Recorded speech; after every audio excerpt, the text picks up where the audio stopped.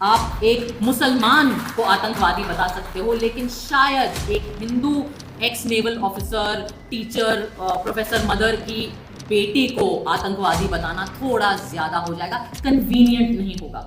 हम अक्सर लोग बोलते हैं कि क्यों तुम इतना चपाचपट बोलती हो, तुम चुप क्यों नहीं रह सकती हो, तुम्हें अपनी फिल्मों में काम करने में तुम क्यों संतुष्ट नहीं हो, तुम्हें क्या जरूरत है कि हर मुद्दे पे, हर ऐसे सामाजिक मुद्दे पे, पॉलिटिकल मुद्दे पे, न्याय के मुद्दे पे तुम अपना मुंह उठा के बात करते हो। और मेरा जवाब हमेशा यही होता है, क्योंकि मैं इसलिए आज आज़ाद घूम रही हूँ यहाँ पे, स्वतंत्र हूँ, अपनी ज़िंदगी जी रही हूँ, अपनी बच्चे की बर्थडे पार्टी मना रही हूँ, बढ़िया शादी करी मैंने, ढोल बजवाए, क्योंकि इत्तेफाकन मुझे एक प्रिविलेज मिल गया मेरी आइडेंटिटी का। और वो जो मेरा प्रिविलेज है वो अब मेरी जिम्मेदारी है कि जिन लोगों को इत्तेफाकन, जिनके नाम मुझसे अलग हैं, या जो मुसलमान नाम है, या जो दलित नाम है, या जो माइनॉरिटी के नाम है, और उनके ऊपर अगर जुल्म हो, तो मुझे जो चीज़ जो मेरी रक्षा कर रही है, मेरी जिम्मेदारी है कि मैं उस प्रिविलेज के दम पर अपनी आवाज़ उनके लिए उठाऊं। पिटाई का डर होता है, मुसलमान तो कहीं पे भी पिट जाते हैं बेचारे इस देश में, दलित कहीं पे भी पिट जाते हैं इस देश में, हम लोगों को भी डर लग सकता है कि काम नहीं मिलेगा, कॉमेडी के शोज नहीं मिलेंगे, फिल्में बंद हो जाएंगी, जिनके बच्चे हैं छोटे छोटे उनको अलग अलग किस्म के डर लगते हैं। आपको क्या डर लगता है? तो ये कह सकती हूँ कि इस देश की मेन स्ट्रीम मीडिया जो है उसके हाथों पे खून है, उसने हिंसा भड़काई है, जो लोग दिल्ली के दंगों में मरे उनका खून हमारी मेन स्ट्रीम मीडिया पर भी है और लोगों पे होना है। लेकिन मैं ये भी कहूंगी कि अगर ऐसे ही चलते रहा तो वो जो खून के धब्बे हैं वो हमारी न्याय व्यवस्था के दामन पर भी लगेंगे, वो छींटें आप पर भी आएंगी।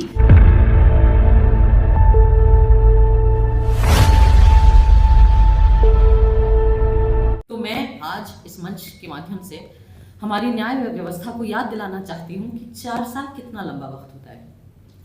सितंबर 2020 में उमर गिरफ्तार हुए थे, तब से कोविड के 3 वेव आकर चले गए हैं, 3-4 अलग वेरिएंट निकल के आ गए हैं इस बीमारी के, उनके इलाज भी लगभग आ गए हैं, पता चल गए हैं।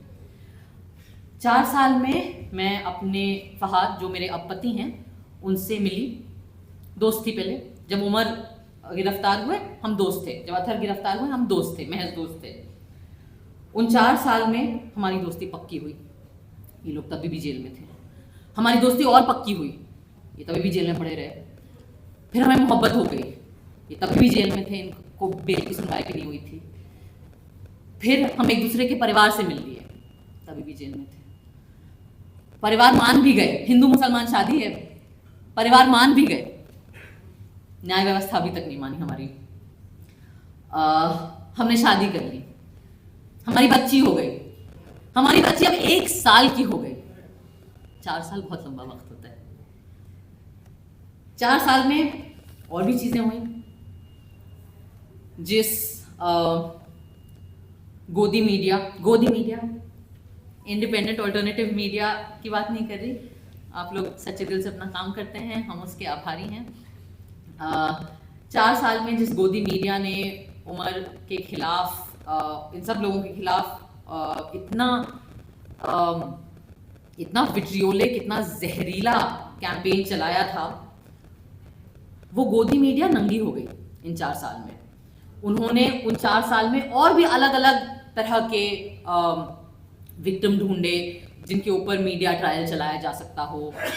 कई सारे मुसलमान थे, मुसलमानों के साथ तो सबसे आसान बात है उन्हें आतंकवादी घोषित कर दीजिए या गद्दार घोषित कर दीजिए, पर उनके अंदर ये जहर इतना भर गया, और ये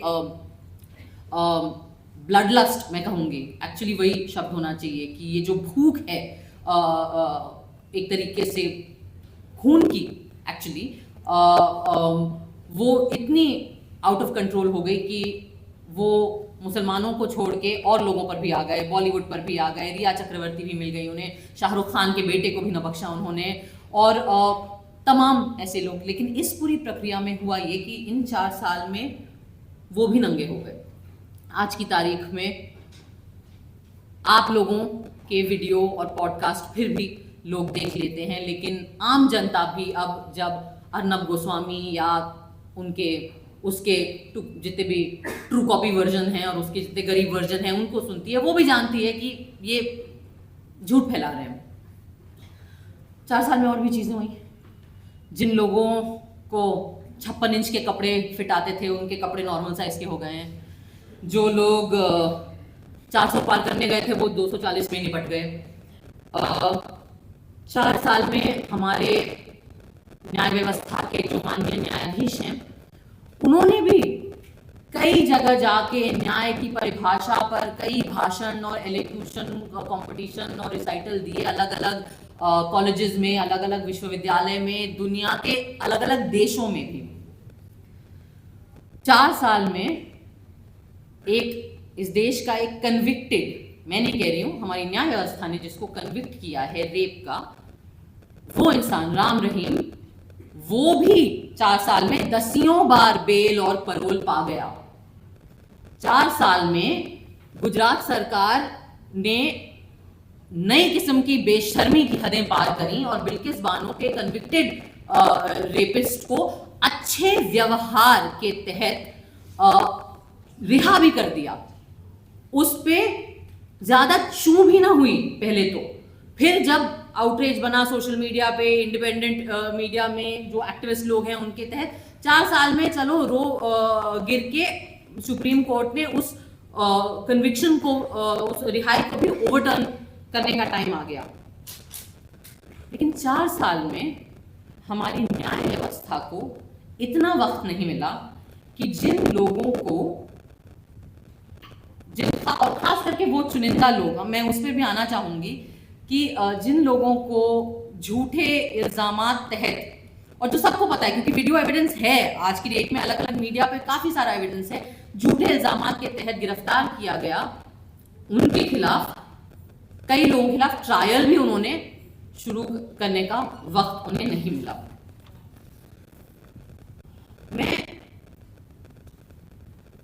मैं ये आज जो मेरी बातें हैं मैं वो हमारे देश की न्याय व्यवस्था से इसीलिए करना चाहती हूँ क्योंकि इस रूम में जो लोग हैं वो तो आधे लोग तो परिवार वाले हैं, वो खुद पीड़ित हैं इस नाइंसाफी के, बाकी लोग जो एक्टिविस्ट हैं उन बेचारों की तो जिंदगियां गुजर गई आवाज उठाते उठाते।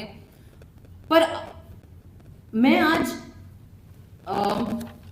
ये सवाल जो है और ये बातचीत एक दूसरे से नहीं, मैं आप लोगों के माध्यम से ये बातचीत हमारी न्याय व्यवस्था से करना चाहती हूँ। हमारे देश में इक्वालिटी बिफोर द लॉ ऐसा माना गया है कि हमारा संविधान हमें ये हक देता है कि इस देश में जो न्याय व्यवस्था है, जो लॉ है, उसके सामने सब लोग बराबर हैं। पर ये बातें सिर्फ ऐसे शब्दों में बोल के अच्छा महसूस कर लेना या ये मोटी मोटी किताबों में इसके ऊपर व्याख्या करना काफी नहीं होता है। इक्वालिटी बिफोर द लॉ का कोई मतलब नहीं है अगर equal treatment before the law नहीं होगा। मैं आज आपसे एक बात शेयर करना चाहती हूँ, आई डोंट नो कितने लोगों को पता होगी। जिस केस में उमर जेल में है अभी, या वन ऑफ द केसेस जिसमें उमर जेल में है अभी, उस केस में कई पिटिशन दाखिल हुए थे, उनमें से 2-3 में मेरा भी नाम था, क्योंकि जिस तरीके से CNRC में उमर अलग अलग जगह पे जा रहा था, हम लोग, कई लोग जा रहे थे अलग अलग जगहों पे भाषण देने और बात करने और अपनी राय रखने, हम भी गए, मैं भी गई थी। और मुझे याद है जिस तरीके से सब लोग सोशल मीडिया का इस्तेमाल कर रहे थे, हमने भी किया था। और जिस रात JNU पे अटैक हुआ था, मुझे याद है जनवरी 5 वो रात थी, और 5th या 6th, 5th आई थिंक है ना। और ऑब्वियसली मैं बम्बई में शूट कर रही थी, मुझे याद, और मेरी माँ JNU में उस वक्त प्रोफेसर थी, अब वो रिटायर हो गई हैं, और मैं ऑब्वियसली बहुत परेशान थी। और मैंने कई ट्वीट करे लोगों को बताते हुए, क्योंकि JNU के स्टूडेंट्स हम लोगों को मैसेजेस कर रहे थे, वीडियोस भेज रहे थे, और मैं वो वीडियोस पोस्ट करके कह रही थी कि JNU में ये हो रहा है, सड़कों पे आइए, आप लोग सड़कों पे आइए, पीसफुल JNU के गेट पे आइए, वहाँ इकट्ठा होइए। तो जिस तरीके का क्लिप उमर का सर्कुलेट हुआ था, जिस पर फाइनली उसके ऊपर अरेस्ट हुआ, उस तरीके के मेरे ट्वीट्स को भी लिया गया था, और मेरा भी नाम कई पिटिशंस में आया।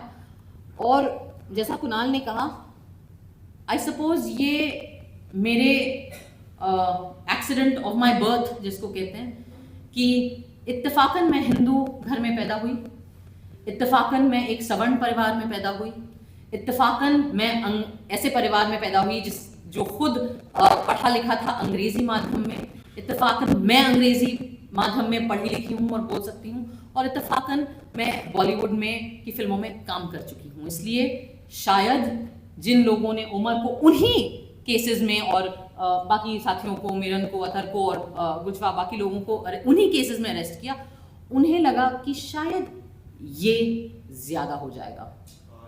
आप एक मुसलमान को आतंकवादी बता सकते हो, लेकिन शायद एक Hindu x naval officer, teacher, professor mother की बेटी को आतंकवादी बताना थोड़ा ज्यादा हो जाएगा, कन्वीनियंट नहीं होगा हमारी मीडिया के लिए। उसमें शायद ऐसा हो सकता है कि आप जो झूठ, जो जहर फैलाते हैं वो लोग नहीं सॉलो करें बाकी उतनी आसानी से।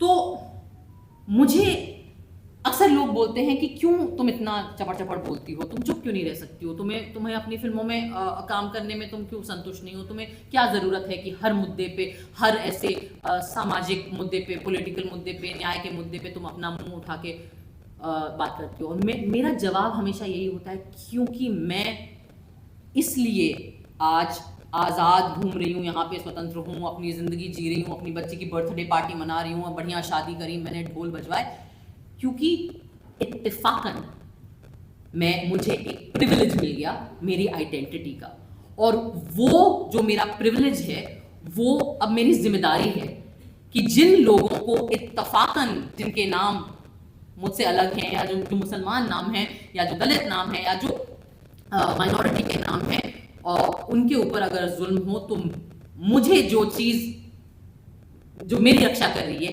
मेरी जिम्मेदारी है कि मैं उस प्रिविलेज का के दम पर अपनी आवाज उनके लिए उठाऊं।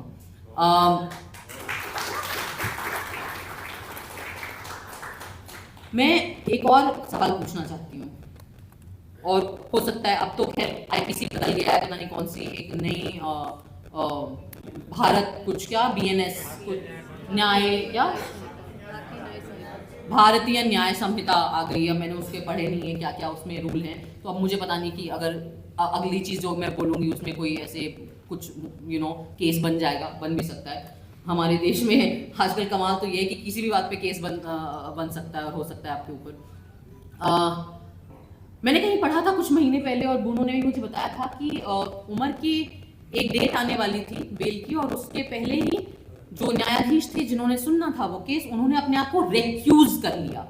तो पहले तो मुझे समझ नहीं आया कि रेक्यूज क्या होता है, मैंने ये वर्ड पहले सुना नहीं था, तो मैंने उसको गूगल किया, और तो उन्होंने ऐसे अपने आप को निकाल लिया उसमें से कि नहीं, मैं नहीं समझता कि मैं काबिल हूं कि मैं ये केस सुन सकूं। क्यों काबिल नहीं हुआ? बड़ी पढ़ाई लिखाई करी होगी आपने जज बनने के लिए, कई सालों से आप आई एम अज्यूमिंग हमारे ही टैक्स के पैसों की तनख्वाह आ रही होगी आपको, हमारे ही टैक्स के पैसों से जो घर बनते हैं सरकारी, उनमें आप रह रहे होगे, हमारे ही टैक्स के पैसों से जो पर्क्स आपको मिले हैं उन पे आपकी जिंदगी कंफर्टेबल है। तो आपको क्यों ये हक है अपने आप को रिड्यूस करने का अपनी जिम्मेदारियों से? क्या ये हिंदुस्तान के नागरिकों के साथ गद्दारी नहीं है? हो सकता है आपको लगे कि मैं बहुत भारी भरकम शब्द इस्तेमाल कर रही हूं, लेकिन आपको नहीं लगता कि जिन लोगों को के हाथ में सत्ता दी गई है हमारे इस लोकतांत्रिक व्यवस्था के थ्रू, जिन्हें, तो आपको नहीं लगता कि उस सत्ता की जिम्मेदारी आप पर बनती है?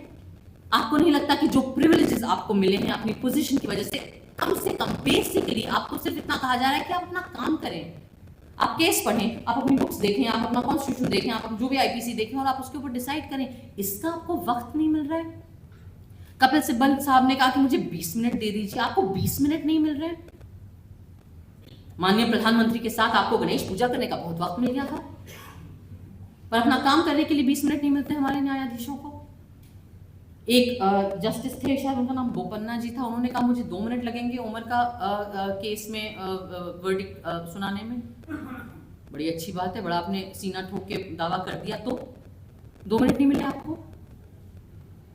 मैं इसलिए ये सवाल पूछना चाहती हूँ कि अक्सर हम बड़ी आसानी से नेताओं को गालियाँ देते हैं, बड़ी आसानी से पुलिस को गाली दे देते हैं, हम बड़ी आसानी से एक दूसरे को गाली देते हैं, लेकिन न्याय व्यवस्था से कोई भी सवाल उठाने में बहुत डर लगता है, क्योंकि कंटेम्प्ट ऑफ कोर्ट हो जाएगा। यहाँ जितने लोग बैठे हैं, हम श्योर उन सब पे लग चुका है। कुणाल के ऊपर तो ऑलमोस्ट ये गए थे अंदर, ऑलमोस्ट फिर बच गए थैंक्स टू इत्तेफाकन accident of birth. Surname Kamra है इनका। मेरे ऊपर भी लगा था 2 बार कंटेम्प्ट ऑफ कोर्ट, लेकिन वो इतना बेवकूफ़ी भरा एलिगेशन था कि उन्होंने लिया ही नहीं। तो आज मैं पता नहीं, शायद नई आईपीसी में कंटेम्प्ट ऑफ कोर्ट हो ही ना, मैंने देखा नहीं। अपनी इग्नोरेंस का मैं फ़ायदा उठा के आज ये सवाल पूछना चाहती हूँ अपने न्याय व्यवस्था से कि क्यों, क्या डर है आपको? आपको किस चीज़ का डर है? आम नागरिक को तो जेल का डर होता है, पिटाई का डर होता है, मुसलमान तो कहीं पे भी पिट जाते हैं बेचारे इस देश में, दलित कहीं पे भी पिट जाते हैं इस देश में। हम लोगों को भी डर लग सकता है कि काम नहीं मिलेगा, कॉमेडी के शोज नहीं मिलेंगे, फिल्में बंद हो जाएंगी। जिनके बच्चे हैं छोटे छोटे उनको अलग अलग किस्म के डर लगते हैं। आपको क्या डर लगता है? आपके पास तो पूरा तंत्र है, आपके पास तो सारे सरकारी तंत्र है। जब तक आप इन बड़े बड़े सुप्रीम कोर्ट हाई कोर्ट तक पहुंच जाते हो, आप 60 साल 50 साल के ऊपर होते होंगे, आपके तो बच्चे भी बड़े हो गए होंगे, अच्छी महंगी कॉलेजेस में आप उन्हें पढ़ाते हैं, बाहर भेजते हैं यूनिवर्सिटीज़ में, वो भी सेटल हो जाते हैं, उनकी शादियां हो जाती हैं, उनके भी बच्चे होते हैं। तो इस बुढ़ापे में क्या डर है अब आपको? अब क्या लालच है आपके अंदर? क्या चाहिए आपको? हाँ, क्या ज़रूरत है? गवर्नर पोस्ट चाहिए, राज्यसभा जाना है, इतनी आपके अंदर लालच है कि आप महज आपका काम आपसे करने को हम मांग रहे हैं, वो आपसे नहीं हो रहा है। इस देश का हर नागरिक कुछ चंद माननीय न्यायाधीशों के ईमान पर हमारी जिंदगियां टिकी हुई हैं आज के वक्त में, क्योंकि हर दूसरा इंस्टीट्यूशन अपना काम नहीं कर रहा है। हरतोष सर ने बात करी दूसरी सरकारों की, उन्होंने अपना काम नहीं किया। कुणाल ने बात करी गोदी मीडिया की, मेन स्ट्रीम मीडिया की, वो अपना काम नहीं कर रही। पुलिस तो हमारी खैर वाहवाही है, वो अपना काम नहीं करती। तो फिर हम क्या करें? हम कुल मिला के हमारे पास बच जाता है अपना संविधान, और हमारे संविधान के जो कथित रक्षक हैं उनकी तरफ हम देख सकते हैं। तो इसलिए मैं आपसे पूछ रही हूं आज ये सवाल इस देश के हर नागरिक के तरफ से कि आपको क्या डर है, आपको क्या लालच है? आप ऐसा कैसे होता है कि आप लोग अपना बेसिक काम नहीं कर पाते हैं? इतना वक्त आपको लग जाता है, और वो भी जब हर अति पार हो जाती है, तब आपके अंदर